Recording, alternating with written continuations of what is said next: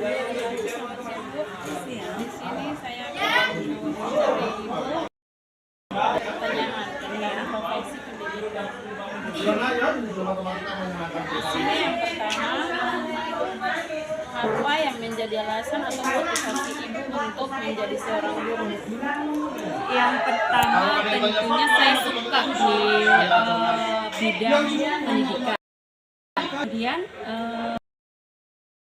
terutama saya di bidang studi biologi. Saya senang di bidang studi biologi dan mungkin dorongan dari orang tua juga untuk saya menjadi seorang guru. Akhirnya saya masuk di profesi sebagai seorang guru.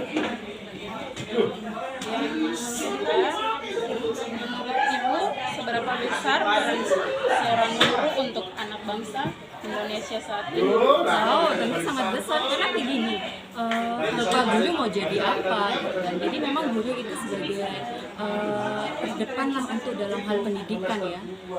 Walaupun memang selain guru juga di samping orang tua juga sebagai salah satu faktor, tapi guru memiliki peranan yang sangat penting dalam pendidikan. Kalau di rumah otomatis anak tidak akan belajar dengan maksimal.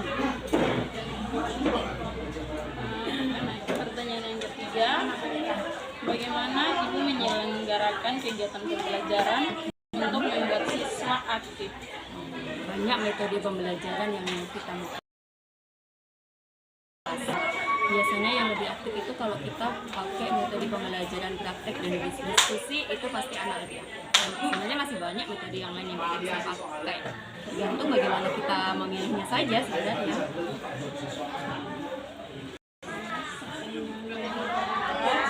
Bagaimana pandangan ibu terkait pendidikan di Kabupaten Sorong?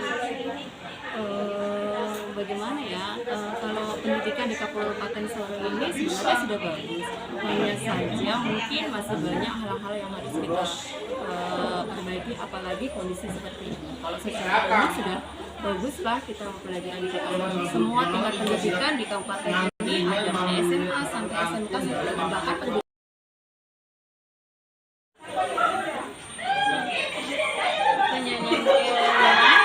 Bagaimana trik ibu mengatasi anak yang nakal di ruang kelas? trik anak itu nakalnya bagaimana dulu? Karena usia SMA itu memang lagi anak itu otaknya lagi berkembang ya. Jadi nakal itu menurut saya hal biasa, hal yang wajar, tapi dalam batas tertentu selama tidak nakal dalam hal konteks yang kurang ajar begitu ya. Bagaimana cara menyikapinya ya, kita dekat anak yang nakal bisa kita dekatin, bukan tambah musuh. Kalau dia kita musuhin tambah menjadi kenakal. Itu. Pertanyaan selanjutnya, bagaimana pendapat ibu terkait maraknya orang tua siswa melaporkan guru ke polisi? Kalau saya secara pribadi mungkin yang mungkin mereka punya ini bahwa mereka melindungi anaknya tidak mendapat. Pertanyaan yang kelima, bagaimana trik ibu mengatasi anak yang nakal di ruang kelas? Trik anak itu nakalnya bagaimana dulu? Karena usia SMA itu memang lagi anak itu otaknya lagi berkembang ya. Jadi nakal itu menurut saya hal biasa, hal yang wajar, tapi dalam batas tertentu selama tidak nakal dalam hal konteks yang kurang ajar begitu ya.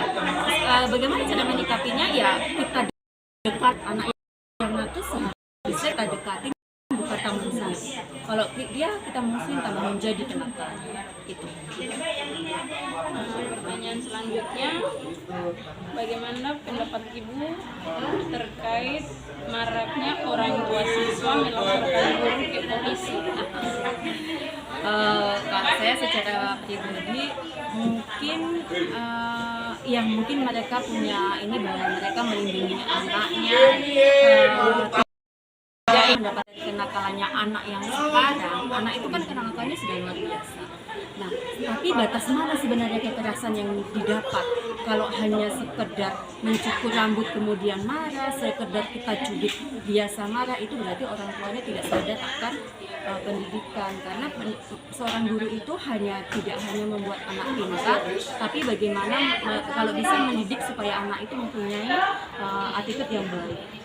kalau kekerasannya sudah lewat ya wajar kalau orang tua suka. Tapi kan sekarang orang tua sudah berlebihan, hanya dicukur rambutnya untuk meningkatkan disiplin aja sudah marah gitu. Jadi sebenarnya begitu. Oke, baik. Pertanyaan yang selanjutnya, bagaimana pendapat ibu terkait yang terakhir? Ibu bolehkah kami minta terkait kode etik guru, kode etik apa yang paling wajib kami lakukan atau persiapkan dari sekarang selaku calon guru masa depan? Oke, kode etik guru itu banyak. Pertama, guru itu harus berdisiplin, tanggung jawab, itu tadi. Tidak semua hanya mengajar, tapi harus bisa mendidik. Kode etik terutama sebenarnya guru itu harus disiplin. Kalau sudah disiplin pasti semuanya baik.